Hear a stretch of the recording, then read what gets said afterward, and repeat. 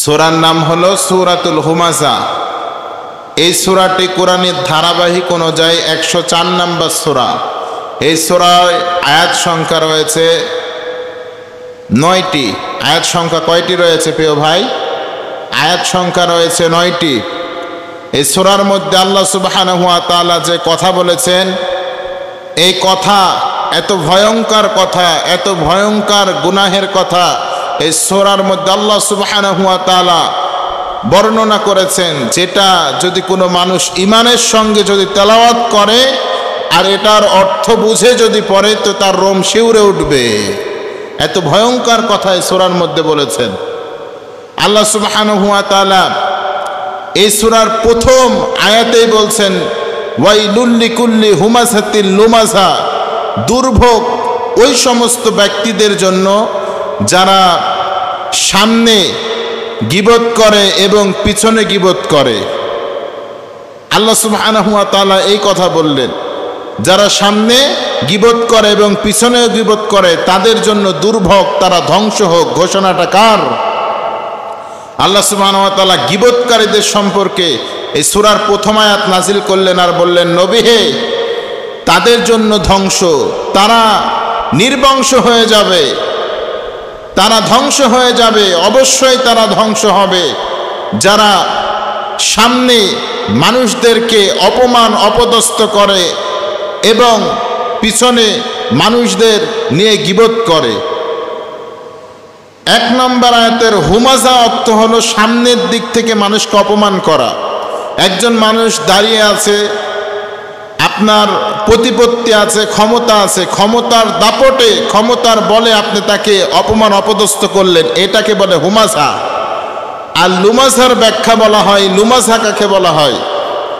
আপনার কাছে ব্যক্তিটা নেই, তবে তাকে নিয়ে আপনি গীবত করছেন, ফাসাদ করছেন, তার দোষগুলো উন্মোচন করছেন, এটাকে বলা হয় লুমাযা। এই হুমাযা এবং লুমাযা এটা কি শুধু আমাদের যুগে আছে না বিশ্বনবীর যুগেও ছিল? আল্লাহর হাবিব সাল্লাল্লাহু আলাইহি ওয়াসাল্লামের যুগেও ছিল। আল্লাহ সুবহানাহু ওয়া তাআলা যখন বিশ্বনবীকে বললেন ওয়া আনজির আশিরাতাকাল আকরাবিন, নবী হে, আপনি আপনার অধীনস্থ মানুষদেরকে, যাদের সাথে আপনার খুব বেশি সম্পর্ক, রক্তের আত্মীয়, তাদের কাছে আপনি ইসলামের দাওয়াত দেন। সুবহানাল্লাহ পড়েন। আল্লাহ তাআলা বললেন ওয়া আনজির আশিরাতাকাল আকরাবিন, আপনার রক্তের আত্মীয়, সব থেকে কাছের যে মানুষগুলো, আপনার কুরাইশ বংশ, বনু ইবনে হাশেম বংশ, এদেরকে আপনি দাওয়াত দেন। আল্লাহর হাবিব সাল্লাল্লাহু আলাইহি ওয়াসাল্লাম কোনো কথা না বলে তিনি সাফা পাহাড়ের পাদদেশে উঠলেন। বিশ্বনবী পাহাড়ের উপরে উঠলেন, উঠে মানুষদেরকে ইসলামের দাওয়াত দিলেন আর বললেন, আমি যদি তোমাদেরকে বলি এই পাহাড়ের নিচে শত্রু বাহিনী আছে, তোমরা বিশ্বাস করবা? তারা সবাই বললেন, বিশ্বাস করব না মানে? আপনি তো আল আমিন আস সাদিক, আপনি যা বলবেন তাই আমরা বিশ্বাস করব। বিশ্বনবী বললেন, তাহলে তোমাদেরকে সেই একটা রবের কথা আমি বলি, যে রব চিরঞ্জীব, চিরস্থায়ী, যার কোনো মৃত্যু নাই, লয় নাই, ক্ষয় নাই। সুবহানাল্লাহ পড়েন। সেই রব যিনি তোমাদেরকে সৃষ্টি করেছেন, তোমাদেরকে তৈরি করেছেন লুৎফা থেকে আলাকা, আলাকা থেকে মুদগা, তোমাদেরকে পরাক্রমভাবে স্তর বা স্তর তোমাদেরকে তৈরি করেছেন, সৃষ্টি করেছেন। ফাতাবারাকাল্লাহু আহসানুল খালিকিন, সেই সুন্দর সৃষ্টিকারী আল্লাহর ঘোষণা তোমাদেরকে আজকে শোনাবো, তোমরা কি শুনবা? তিনি কালেমার দাওয়াত দিলেন, লা ইলাহা ইল্লাল্লাহ মুহাম্মাদুর রাসূলুল্লাহ সাল্লাল্লাহু আলাইহি ওয়াসাল্লাম। বিশ্বনবী বললেন, আল্লাহ ছাড়া আর কোনো মাবুদ নাই, আমি মুহাম্মদ সাল্লাল্লাহু আলাইহি ওয়াসাল্লাম আল্লাহর প্রেরিত রাসূল। এই কথা শুনে সব থেকে কাছের মানুষ, তার চাচা আবু লাহাব, তাকে পাথর ছুঁড়ে মারল। কি ছুঁড়ে মারল? পাথর ছুঁড়ে মারল আর বলল, তাব্বাল্লাকা ইয়া মুহাম্মদ, হে মুহাম্মদ তুমি ধ্বংস হয়ে যাও। নাউজুবিল্লাহ পড়েন। দেখেন আল্লাহ কি বলছেন, ওয়া আনজির আশিরাতাকাল আকরাবিন, নবী হে, আপনি আপনার নিকটতম ব্যক্তিদের দাওয়াত দেন, কাছের ব্যক্তিদের দাওয়াত দেন, আপনার পারিবারিক মানুষগুলোকে দাওয়াত দেন, তাদেরকে ইসলামের পথে আপনি ফিরান। বিশ্বনবী যখন পাহাড়ের উপর থেকে দাওয়াত দিলেন, তার চাচা তাকে পাথর নিক্ষেপ করলো আর বলছেন, তাব্বাল্লাকা ইয়া মুহাম্মদ, হে মুহাম্মদ তুমি ধ্বংস হও। বিশ্বনবীকে নিয়ে কিচ্ছা লটানো হলো, বিশ্বনবীকে জাদুকর বলা হলো, শায়ের বলা হলো, কত কিছু বলে বিশ্বনবীর বিরুদ্ধে কথা বলা হলো। বিশ্বনবী কোনো কথাই বললেন না, চুপ করে থাকলেন। সুবহানাল্লাহ পড়েন। বিশ্বনবী কিছু বললেন না।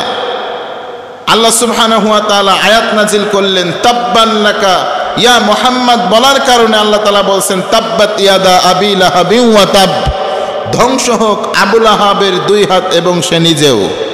এই আয়াত যখন নাজিল হয়ে গেল, আবু লাহাবের স্ত্রী উম্মে জামিল এবার বিশ্বনবীর বিরুদ্ধে অবস্থান করলো, আর কিচ্ছা লোটাতে শুরু করলো, গীবত লোটাতে শুরু করলো।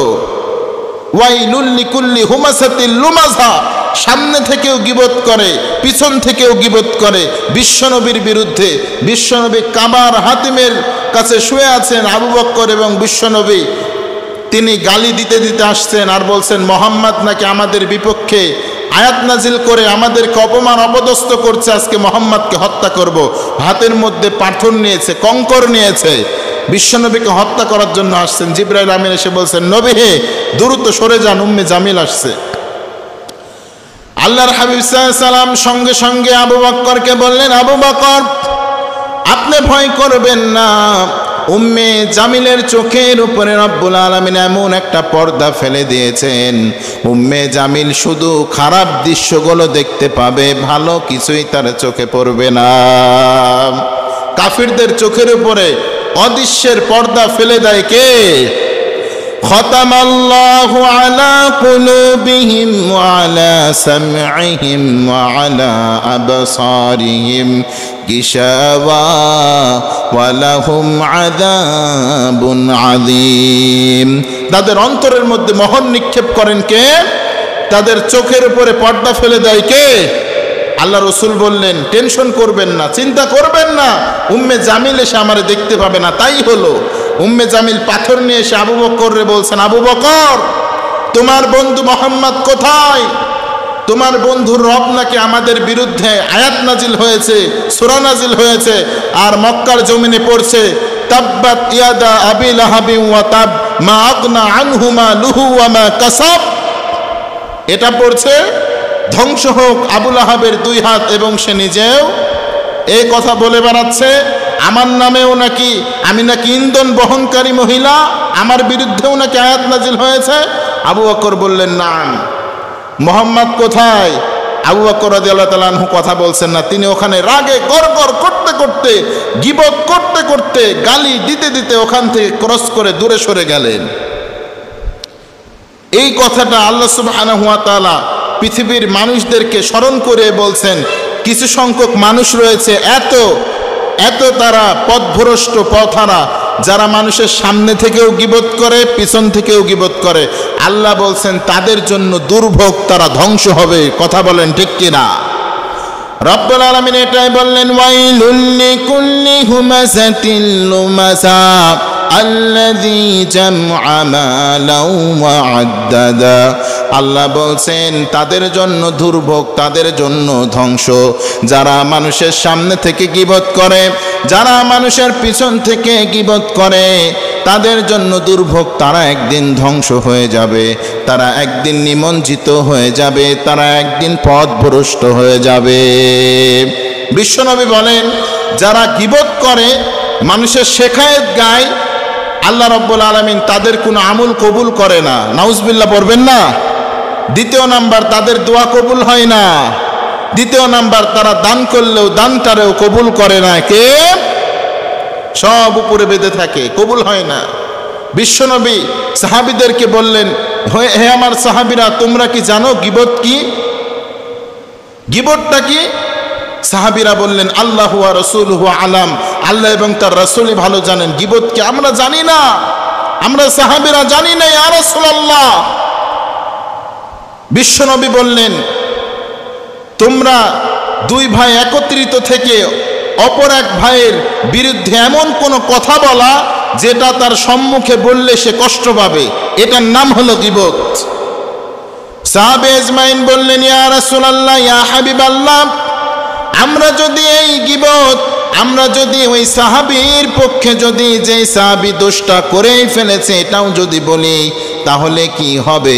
বিশ্বনবী বললেন, সাহাবী যদি ওই ভুলটা করে, দোষটা করে, এটাও যদি তোমরা গোপনে মানুষের সামনে আলোচনা করো, এটাও হবে গীবত।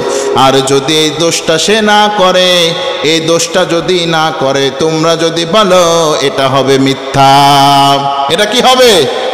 যেটা সে করেছে সেটাও যদি তুমি বলো, এটাই হবে গীবত।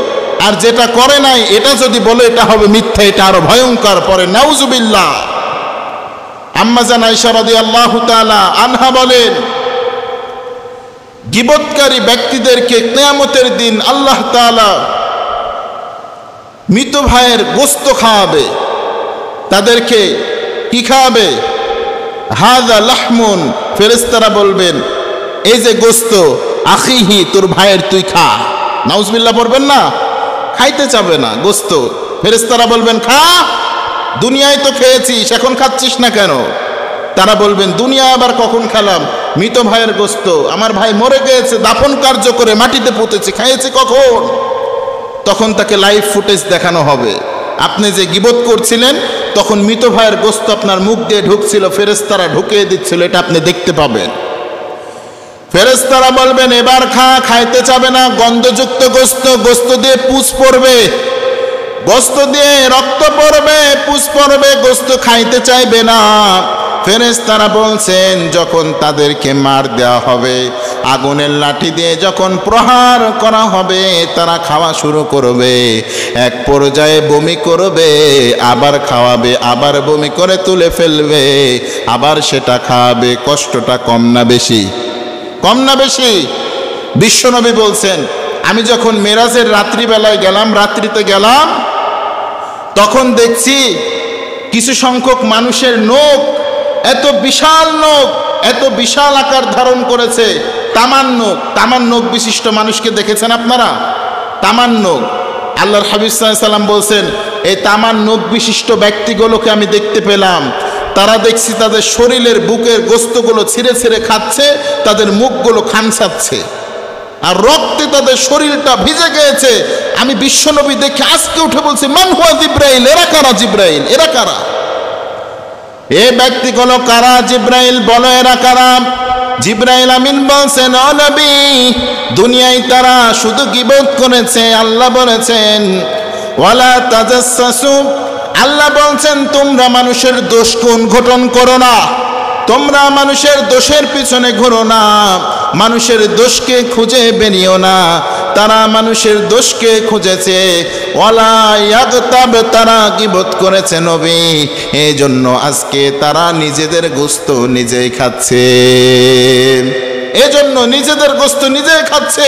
এই হাদিস যখন সাহাবে ইজমাইন শুনলেন, আবু দাউদের বর্ণনা এটা, এই কথা যখন শুনলেন সাহাবীরা আজকে উঠলেন আর কান্না শুরু করলেন, কাঁদতে লাগলেন। বিশ্বনবীর এই কথা শুনে সাহাবীরা কাঁদতে শুরু করলেন আর আল্লাহর থেকে মাফ চাওয়া শুরু করলেন, আল্লাহ মাফ করে দাও। আবার বিশ্বনবী বলেন, বুখারীর বর্ণনা, আল গিবাদু আশাদ্দু মিনাজ জিনা, গীবত হলো জেনার থেকেও ভয়ঙ্কর। সাহাবীরা বলছেন, ও নবী, জেনার থেকে আবার ভয়ঙ্কর কি হতে পারে? আল্লাহ বলছেন, ওয়ালা তাকরাবুজ জিনা, জেনার ধারে কাছেও যেও না, ইন্নাহু ফাহিশা, জেনা হলো নিশ্চয়ই হলো ফাহিশা কাজ। জেনার কাছে যেও না, জেনা হলো ফাহিশা কাজ। জেনা তোমাদেরকে লজ্জার মধ্যে ফেলে দিবে, জেনা তোমাদেরকে ধ্বংস করে ফেলবে। আর আপনি বলছেন, আল গিবাদু আশাদ্দু মিনাজ জিনা, গীবত হলো জেনার থেকেও মারাত্মক। ও নবী, বুঝতে পারলাম না। বিশ্বনবী বললেন, কেন বুঝতে পারো নাই? তুমি যদি জেনা করো, জেনার জন্য যদি আল্লাহর কাছে তওবা করো, আল্লাহ মাফ করবেন। তবে যার বিরুদ্ধে তুমি গীবত করেছো, সে যতক্ষণ পর্যন্ত মাফ না করবেন, আল্লাহ তোমাকে মাফ করবেন না। ঘোষণাটা কার? গীবত করে, ফাসাদ করে। বিশ্বনবী যখন এই কথা বললেন, আল গিবাদু আশাদ্দু মিনাজ জিনা, গীবত হলো জেনার থেকেও ভয়ঙ্কর মরণস্র, যেটা মানুষকে হত্যা করার থেকেও, জেনা করার থেকেও ভয়ঙ্কর। তখন সাহাবে ইজমাইন বললেন, নবী হে, জেনার থেকে আর ভয়ঙ্কর অপরাধ কি হতে পারে? যেটা মানুষের ইজ্জত সম্মানকে শেষ করে ফেলে। বিশ্বনবী বললেন এই গীবত মানুষের ইজ্জত সম্মানকে শেষ করে ফেলে। কারণ কি জানো? তুমি যার গীবত করছো সে একদিন না একদিন অপরের কাছে বলবে, তখন তার চোখে তুমি ছোট হয়ে যাবা। আর যারা গীবত করে তারা সব সময় ভয়ে ভয়ে থাকে, না জানি সে ব্যক্তি শুনে নাই, ঠিক কিনা? ভয়ে ভয়ে থাকে, মনের মধ্যে শান্তি নাই, কখন শুনে নিবে, কখন বুঝে ফেলবে। বিশ্বনবী বলছেন এই জন্য গীবত থেকে দূরে থাকো। কারণ এই গীবত মানুষকে গন্ডগোলের দিকে নিয়ে যায়, এই গীবত মানুষকে ফাহেশার দিকে নিয়ে যায়, এই গীবত মানুষকে মারামারি হানাহানির দিকে নিয়ে যায়। কথা বলো ঠিক কিনা মুসলমান? বিশ্বনবী এই জন্য বললেন গীবত মানুষ চার পদ্ধতিতে করে, চার পদ্ধতিতে করে। আল গিবাদুল লিসান, মুখ দিয়ে গীবত করে, অর্থাৎ ঠোঁট জিহ্বা দিয়ে গীবত করে। ঠোঁট জিহ্বা দিয়ে কি করে? গীবত করে, মানুষকে ছোট করার মতো কাজ করে, এটাও গীবত। এটাও কি? এটাও গীবত। আপনি একটা ভুল করেছেন, এই ভুলগুলো আপনার সামনে বলছে, মানুষের সামনে আপনাকে অপমানের করার জন্য। বিশ্বনবী বলছেন হুয়া গীবাত, এটাও গীবত। নাউজুবিল্লাহ পড়েন। আল্লাহ বলছেন ওয়ালা তাজাসসু, খবরদার মানুষের দোষ উন্মোচন করো না, দোষ উন্মোচন করে অপমান করার চেষ্টা করো না। যদি তুমি মানুষের অপমান করার চেষ্টা করো, আল্লাহ তোমাকে এমন অপমান করবে, উলঙ্গ করে ছেড়বে। কথা বলো ঠিক কিনা? আল্লাহ বলছেন তাফসির ইবনে কাসির, তাফসিরে মারিফুল কোরআন, তাফসিরে মাজহারি, তাফসিরে কুরতুবী, তাফসিরে কাবীর, প্রত্যেকটা তাফসির কারক ওয়ালা তাজাসসু এই ব্যাখ্যা করেছেন। এত সহজ না ইসলাম। শুধু নামাজের মধ্যে, রোজার মধ্যে, হজ যাকাতের মধ্যে ইসলাম তো অল্প একটু সময়ের মধ্যে। নামাজের মধ্যে ইসলাম বদ্ধ আছে 1 ঘন্টা, 1.5 ঘন্টা, 2 ঘন্টা। রোজার মধ্যে রমজান মাসের 30টা, যাকাত বছরে একবার, হজ জীবনে একবার। যাকাত কিছু পকেট থেকে টাকা দিয়ে দিলেন, হক আদায় হয়ে গেল। আর বাকি যে 20 ঘন্টা সময় পাচ্ছেন আপনি, বাকি যে 23 ঘন্টা, বাকি যে 22 ঘন্টা সময় পাচ্ছেন, এটা আপনি কিভাবে কাটাবেন? এটা কিভাবে আপনি কাটাবেন? কিভাবে কাটাবেন? তখন তো নামাজ পড়েন না, রোজা করেন না। বিশ্বনবী বলছেন সৎ থাকো, চুপ থাকো। যদি চুপ থাকো নাজাত পাবা। যদি গীবত মনের মধ্যে আসে কারো বিষয়ে কথা বলার জন্য, তখন চুপ হয়ে যাবেন। চুপ হয়ে যে আস্তাগফিরুল্লাহ পড়বেন। আর মনে রাখবেন, আজকে যার গীবত করছি, আজকে যার গীবত করছি, দোষটা ধরছি, কালকে আল্লাহ আমার গীবত গোটা পৃথিবীর মানুষের সামনে করবে। কথা বলো ঠিক কিনা? গোটা পৃথিবীর মানুষের সামনে করবে। এটা ভেবে চুপ থাকতে হবে, থেমে যেতে হবে।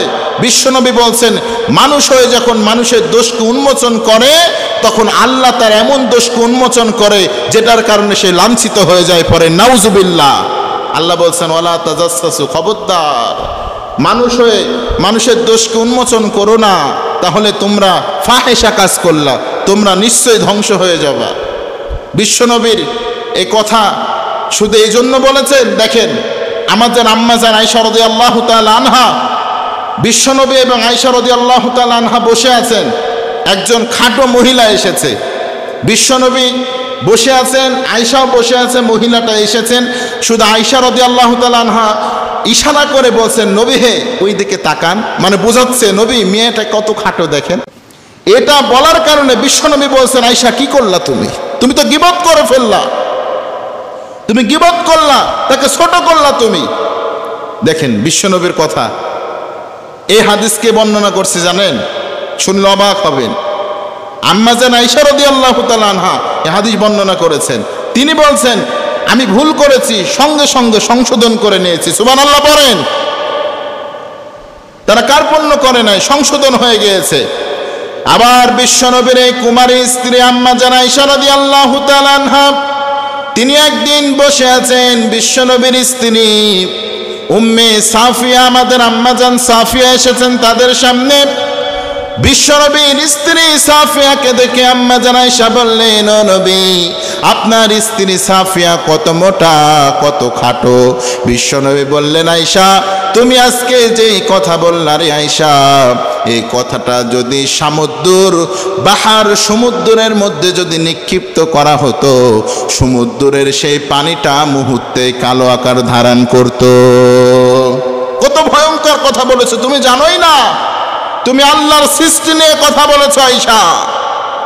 তুমি গীবত করেছো, বিশ্বনবীর স্ত্রী সঙ্গে সঙ্গে ভুল সংশোধন করেছে।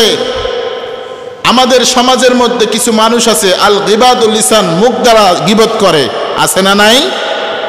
মুখ দ্বারা গীবত করে, এখান থেকে বের হয়ে আসতে হবে। হাসান বসরি রহমাতুল্লাহি আলাইহি বলছেন, আমাকে নিয়ে যে ব্যক্তি গীবত করে, তো আমি তাকে বেশি বেশি হাদিয়া দিই, বেশি বেশি খাবার দিই, টাকা দিই, তাকে দেখা হলে আমি খাবার খাওয়াই। তো আমার শাগরিদ যারা, তাকে আমাকে একবার প্রশ্ন করলো, তাকে প্রশ্ন করা হলো, হে হযরত, আপনি কিসের জন্য আপনার গীবত করে আপনার শত্রু, তাকে আপনি এত খাবার দেন, এত হাদিয়া দেন, কি জন্য? তিনি বললেন, তিনি যে আমার কত আপন আর কত বন্ধু, তা তোমরা এখনো হতে পারোনি। কেন? বুঝতে পারেনি। হাসান বসরি রহমতুল্লাহ আলাইহির কথা, তিনি বলছেন, সে যে আমার কত বন্ধু জানো, সে আমার গুনাহগুলোকে তার কাঁধের উপরে নিচ্ছে, তার সওয়াবগুলোকে আমাকে দিয়ে দিচ্ছে। সে যখন গীবত করে তখন তার গুনাহগুলোকে, আমার গুনাহগুলোকে তার ঘাড়ের উপরে নিচ্ছে, আর আমার সওয়াব, তার সওয়াবগুলোকে আমাকে দিয়ে দিচ্ছে। তাহলে তার থেকে আসল বন্ধু আর আমার কে হতে পারে? তার থেকে আসল বন্ধু আর কে হতে পারে? গীবত করেন, একে অন্যের গীবত, বিলে গেলে গীবত, ব্যবসায় গেলে গীবত, চাকরিতে গেলে গীবত, ছাত্র স্কুলে গেলে গীবত, শিক্ষক স্কুলে গেলে গীবত। গীবত আছে না নাই? আছে না নাই? আপনি গীবত করছেন, আরাম পাচ্ছেন, শান্তি পাচ্ছেন, আসলে আরাম নয়, এটা আরাম না। আপনার সওয়াবগুলো কেটে তাকে দেয়া হচ্ছে, তার গুনাহগুলো কেটে আপনারে দেয়া হচ্ছে। পরে নাউজুবিল্লাহ, এত বড় ক্ষতি আপনার হয়ে যাচ্ছে, আপনারে বোঝাই কেমন করে? আল্লাহ এটাই বলছেন, ওয়াইলুল লিকুল্লি হুমাযাতিল লুমাযা, দুর্ভোগ সে ব্যক্তিদের উপরে যারা সামনে থেকে গীবত করে, পিছন থেকে গীবত করে, মানুষকে লাঞ্ছিত এবং অপমানিত করতে চায়, তাদের জন্য দুর্ভোগ, তাদের জন্য দুর্ভোগ। মানুষকে অপমান করতে আমরা খুব ভালোবাসি, মানুষকে অপদস্থ করতে খুব ভালোবাসি, মনে হয় খুব মজা লাগে। আল্লাহ বলছেন তাদের জন্য ধ্বংস, তারাও এমন অপমানিত হবে, এমন অপদস্থ হবে, যা পৃথিবীর মানুষ শুধু তাকিয়ে দেখবে। আয়াতের ব্যাখ্যাতে বলছে। এজন্য এখন আপনি প্রশ্ন করতে পারেন, হুজুর, ভুল তো করেই ফেলেছি, অন্যায় তো করেই ফেলেছি, গীবত তো করেই ফেলেছি, আমাদের কি কোনো মাপ নাই? আমাদের কি কোনো ক্ষমা নাই? আপনাদেরও ক্ষমা আছে। বিশ্বনবী বলছেন, আপনাদেরও ক্ষমা আছে। আল্লাহর রহমত থেকে নিরাশ হওয়ার কোনো প্রয়োজন নাই। লা তাকনাতু মির রাহমাতিল্লাহ, আমার আল্লাহর দয়া আছে না নাই? আল্লাহর দয়া থেকে, রহমত থেকে নিরাশ হওয়ার কিছু নাই। যারা ভুল করেছেন, গীবত করেছেন, প্রথম নাম্বার আপনাদেরকে যে কাজটা করা লাগবে, যে কাজটা আপনাকে করা লাগবে, সেটা হলো যে ব্যক্তির বিরুদ্ধে আপনি কথা বলেছেন, ওই ব্যক্তির কাছে আপনার ক্ষমা চাওয়া লাগবে। কারণ আপনি যার সম্মানহানি করেছেন, সম্মান নিয়ে মানুষের সামনে তুচ্ছ তাচ্ছিল্য করেছেন, ওই ব্যক্তির কাছে ক্ষমা না চাইলে আল্লাহ আপনারে কোচ্ছিন কালেও ক্ষমা করবে না। কারণ আল্লাহ তাআলা বলছেন যে আমি বনি আদমের ইজ্জতকে, সম্মানকে এত বৃদ্ধি করেছি, এত বৃদ্ধি করেছি যে এটা মুখে বলে শেষ করা যাবে না। হাই করে দিয়েছেন আমাদের সম্মানকে, আমাদের ইজ্জতকে আকাশচুম্বী করেছেন। প্রিয় ভাইয়েরা আমার, এজন্য আমাদের কাজ হলো, আমাদের মূল কাজ সর্বপ্রথম যারা গীবত করে ফেলেছি, যার বিরুদ্ধে করেছেন, তার কাছে মাপ চাওয়া লাগবে। আপনি যদি স্বামী হয়ে স্ত্রীর গীবত করেন, আপনার স্ত্রীর কাছে আপনার মাপ চাওয়া লাগবে। আপনি পিতা হয়ে যদি সন্তানেরও গীবত করে ফেলেন, তা আপনার মাপ চাওয়া লাগবে। সন্তান যদি পিতার গীবত করে, তা মাপ চাওয়া লাগবে। ভয়ঙ্কর, কারণ কিয়ামতের দিন গীবতের গুনাহ মাফ হবে না। আর যারা মারা গিয়েছেন, এমন ব্যক্তির বিরুদ্ধে গীবত করেছেন, ব্যক্তি মারা গিয়েছে, ক্ষমা চাইবেন আর কার কাছে? উপায় তো শেষ। যদি খুব বড় মাপের দোষ চাপায় থাকেন, খুব বড় মাপের, ব্যক্তি জেনা করেনি, আপনি বলেছেন জেনা করেছিল, আমি দেখেছি। ব্যক্তি খুন করেনি, আপনি বলেছেন খুন করেছে, আমি দেখেছি। এমন বড় মাপের যদি গুনাহ করেন, সে যদি মারাও যায়, আপনাকে সবার সামনে, যে মানুষগুলোর সামনে আপনি বলেছিলেন মিথ্যা রটনা রুটিয়েছিলেন, ওই ব্যক্তিদের সামনে আপনারা উঁচু গলায় বলতে হবে, আমি ওই দিন ভুল বলেছিলাম, মিথ্যা বলেছিলাম, আমার নেতার পাল্টায় পরে আমি ভুল বলে মিথ্যা সাক্ষী দিয়েছিলাম, আমি আমার বক্তব্য থেকে সরে গেলাম, ভুল স্বীকার করলাম, আমাকে আপনারা মাফ করে দেন, ক্ষমা করে দেন। তাহলে আল্লাহ আপনারা ক্ষমা করতে পারে, এবং সে মৃত ব্যক্তির জন্য আপনারা দোয়া করতে হবে মাগফিরাতের জন্য। এই আমল যদি আপনি করতে পারেন, তো আল্লাহ রাসূল সাল্লাল্লাহু আলাইহি ওয়াসাল্লাম বলছেন, অবশ্যই আল্লাহ তাআলা আপনাকে ক্ষমা করবেন কিয়ামতের দিন, ওয়া মিনাল খাসিরিন, ক্ষতিগ্রস্তদের মধ্যে অন্তর্ভুক্ত করবে না। পড়েন সুবহানাল্লাহ। এরপরে রব্বুল আলামিন দ্বিতীয় আয়াতে বলছেন, আল্লাযী জামআ মালাও ওয়া আদ্দাদাহ। আল্লাহ বলছেন তাদের জন্য দুর্ভোগ যারা সম্পদগুলোকে মুষ্টিবদ্ধ করে রাখে আর গণনা করে রাত্রিবেলায়, যারা সম্পদগুলোকে ঘরের মধ্যে লুকিয়ে রাখে, গণনা করে, মানুষের কাছে দান করে না, তাদের প্রতি লানত দিচ্ছেন কে? আল্লাযী জামআ মালাও ওয়া আদ্দাদা। দেখেন দ্বিতীয় নাম্বার আয়াতের মধ্যে বলছেন, যারা সম্পদগুলোকে পুঞ্জীভূত করে রাখে, লুকিয়ে রাখে, মুষ্টিবদ্ধ করে রাখে, গণের জন্য দুর্ভোগ। আর তারা কি মনে করে? ইয়াহসাবু আন্না মালাহু আখলাদা। তারা মনে করে তাদের সম্পদ মনে হয় তাদেরকে বাঁচিয়ে দিবে।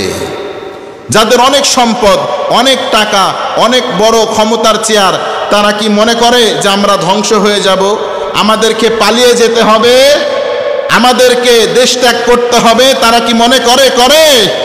আল্লাহ বলছেন তারা তো মনে করে না। ইয়াহসাবু আন্না মালাহু আখলাদা। তারা তো মনেই করে না তাদের সম্পদ এতটা বেশি, এতটা প্রখর, তারা মনে করে তাদের সম্পদ আছে, তাদেরকে কেউ ধ্বংস করতে পারবে না, তারা এই মনে করে। নবী হে, আপনি তাদেরকে উঁচু গলায় বলে দেন, কাল্লা লা ইউমবাযান্না ফিল হুতামা। অবশ্যই কখনো না, তাদেরকে আমি হুতামা নামক জাহান্নামের মধ্যে নিক্ষেপ করব। আল্লাহ রসুল বুঝতে পারলেন না হুতামাটা কি। আপনারা যেমন এখন বুঝতে পারেন নাই হুতামাটা কি, রসুলও তখন বুঝতে পারেন নাই হুতামাটা কি। আল্লাহ রাব্বুল আলামিন বলছেন কত সুন্দর করে, ওয়ামা আদরাকা মাল হুতামা। ও নবী, আপনি কি জানেন হুতামাটা কি? বিশ্ব নবী চুপ রইলেন। আল্লাহ বললেন, নারুল্লাহিল মুকাদা। হুতামাটা হলো আল্লাহর প্রজ্বলিত আগুন। আল্লাহর আগুন হলো হুতামা। যারা সম্পদকে লুকিয়ে রাখে আর লুকে লুকে গণনা করে, হজের সময় হজ ফরজ মাগার হজ করে না, এমন লোক আছে না নাই? রমজান মাস আসে, জাকাত পুত্তি পূরণ হয়, বছর পূরণ হয়, জাকাত দিতে হবে, জাকাত দেয় না, এমন কুলাঙ্গার আছে না নাই? তাদের জন্য দুর্ভোগ। আপনার জন্য আছে হুতামা নামক জাহান্নাম। বলছেন কে? কাল্লা লা ইউমবাযান্না ফিল হুতামা। নবী হে, তারে হুতামারে আমি নিক্ষেপ করব। ওয়ামা আদরাকা মাল হুতামা। আপনি কি জানেন হুতামাটা কি? নারুল্লাহিল মুকাদা। হুতামাটা হলো প্রজ্বলিত আগুন। যে আগুন এত প্রখর হবে, এত প্রখর হবে, আল্লাতী তাত্তালিউ আলাল আফইদা। যে আগুন তার আঙ্গুলে ঠেকলে তার কলিজাটা জ্বলে খারখার হয়ে যাবে, তার কলিজাতে আঘাত করবে, তার কলিজাটা জ্বলা শুরু হবে, তার কলিজা পুড়ে সারকার হয়ে যাবে। পৃথিবীর আগুন কি তেমন ভাই? আপনার যদি হাতে মোমবাতি জ্বালালে আপনার যদি হাত লাগে, আমার আম্মা জানেরা যখন রান্না বাড়া করে তখন হাতে ছাক লাগলে কি একবারে কলিজা পুড়ে যায়? কলিজাতে আঘাত লেগে যায় না, জলে, এখানে কলিজা কম জ্বলে। আল্লাহ বলছেন এটা এমন একটা আগুন, এমন একটা আগুন যেটা হাতে যদি ছাক লাগে কলিজা পুড়ে সারকার হয়ে যাবে। এত ভয়ঙ্কর আগুন, এত ভয়ঙ্কর আগুন। যারা সম্পদ লুকিয়ে রাখে, দেওয়ার ভয়ে নাই নাই নাই নাই করে, এই ব্যক্তিদেরকে কিয়ামতের দিন ধরে এই হুতামায় নিক্ষেপ করবেন। চিল্লায় বলতে হবে কে? আল্লাহ। যাদের উপর হজ ফরজ তাদেরকে হজ করতে হবে, যাদের উপর জাকাত ফরজ তাদেরকে জাকাত দিতে হবে।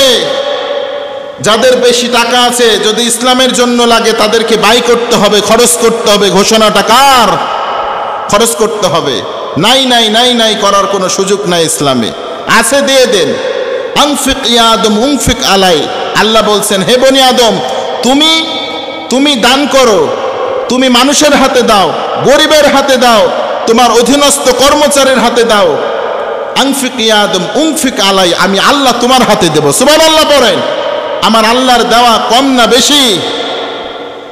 বড় বড় মুহাক্কিক উলামায়ে কেরাম বলছেন, যে ব্যক্তি আল্লাহর সম্পদ একবার পেয়েছে, উনফিক ইয়া আদম, এই আদম সন্তান সম্পদ পেয়েছে আল্লাহর, তো সে তার ধনভাণ্ডার এত পূর্তি হয়েছে, এত ভরে গিয়েছে যে তার জীবনটা অচিরেই খুশি হয়ে গিয়েছে। পড়েন সুবহানাল্লাহ। খুশি হয়ে যাবেন আল্লাহর সম্পদ যদি পান। এজন্য আল্লাহর সম্পদ পেতে হলে আল্লাহর কাজ করার দরকার আছে না নাই? মুসলমান, আল্লাহর কাজ করতে হবে, দান করতে হবে। আল্লাহ তো বলছে, সুখে থাকো দুঃখে থাকো, অভাবে থাকো না খেয়ে থাকো, অল্প থাকুক বেশি থাকুক, অল্প থাকলে কম, বেশি থাকলে বেশি, তবে দান করো। যেখানে ইসলামের প্রয়োজন সেখানে আপনাকে দান করতে হবে। এই ঘোষণাটা কার? সাহাবী আজমাইনরা দান করেছেন। বিশ্বনবী বলছেন বেলালকে, হে বেলাল, আনফিক ইয়া বেলাল লা তাখশা মিন দিল আরশি ক্লালা। হে বেলাল, তুমি দান করো। বেলাল বলছেন, ইয়া রাসূলুল্লাহ, আমার তো পরনের নুঙ্গিটা ছাড়া কিছু নাই। বিশ্বনবী বলছেন, নুঙ্গির যতটুক প্রয়োজন ততটুক কেটে নিয়ে ব্যবহার করো, আর যতটুক প্রয়োজন নাই অতটুক তুমি দান করে দাও। সুবহানাল্লাহ পড়েন। দান করো, অতটুক দান করো, এটা বলছেন। তাহলে সেই মানুষদেরকে হুতমা নামক জাহান্নামে রাখবেন যারা হাতকে পুঞ্জভীত করে রাখে, টাকাকে পুঞ্জভীত করে রাখে, আর লুকিয়ে লুকিয়ে গণনা করে রাখে, আর মনে করে এই টাকা আমাকে বাঁচিয়ে দিবে কিয়ামতের দিন। আল্লাহ বলছেন, কখনো না, কাল্লা, কখনো না, তোরে বাঁচাইতে পারবে না। লায়ুম বাদান্না ফিল হুতমা, তোকে হুতমায় যেতে হবে, জাহান্নামে যেতে হবে। এবার আসুন, হুতমাটা কেমন জাহান্নাম? হুতমাটা এমন জাহান্নাম, আপনারা কি প্রেসার কুকার দেখেছেন? প্রেসার কুকার বোঝানোর জন্য বলছে, প্রেসার কুকার দেখেছেন? প্রেসার কুকারের যখন চারপাশ ঘিরা মাংস রাখার পরে যখন খাপ মেরে শীষ দেওয়া হয়, উপর দিয়ে শ শ করে আওয়াজ হয়, শীষ ওঠে না? ঠিক হুতামা নামক জাহান্নাম এমন, চারিদিক থেকে বেষ্টন করা থাকবে। এই যে এতে ইন্নাহা আলাইহিম মুসাদা ফি আমাদিম মুমাদ্দাদা, চারিদিক থেকে বেষ্টন করে রাখা হবে আগুন দ্বারা, আর আগুনের খুঁটি দ্বারা বেষ্টন করে রাখা হবে। মানুষ পালাতে চাইবে কিন্তু পালাইতে পারবে না, ভিতরে সিদ্ধ হয়ে যাবে, হাড্ডি গোস্ত থেকে কঙ্কাল আলাদা হয়ে যাবে। আল্লাহু আকবার। আল্লাহ আমাদের এই জাহান্নাম থেকে তুমি বাঁচাও, পড়েন আমিন। এই আমলগুলো করতে পারবেন তো ইনশাল্লাহ? সম্পদ পুঞ্জীবিত করে রাখবেন না দান করবেন? আজকে থেকে তাহলে আমরা শিখলাম, প্রথম কথা, প্রথম কাজ, ওয়াইলুল লিকুল্লি হুমাযাতিল লুমাযা, দুর্ভোগ তাদের জন্য, ধ্বংস তাদের জন্য যারা সামনে থেকে মানুষকে অপমান করে, পিছন থেকে গীবত করে, তাদের জন্য ধ্বংস। আল্লাযী জামআ মালাও ওয়া আদ্দাদা, তাদের জন্য ধ্বংস যারা সম্পদকে পুঞ্জভীত করে রাখে, হাতের মধ্যে রাখে, দান করার সময় দান করে না, তাদের জন্য ধ্বংস। তারা একদিন কি হবে? ধ্বংস হয়ে যাবে, তাদের সম্পদ বাঁচাইতে পারবে না। কাল্লা লায়ুম বাদান্না ফিল হুতমা, তাকে জাহান্নামে দেওয়া লাগবে।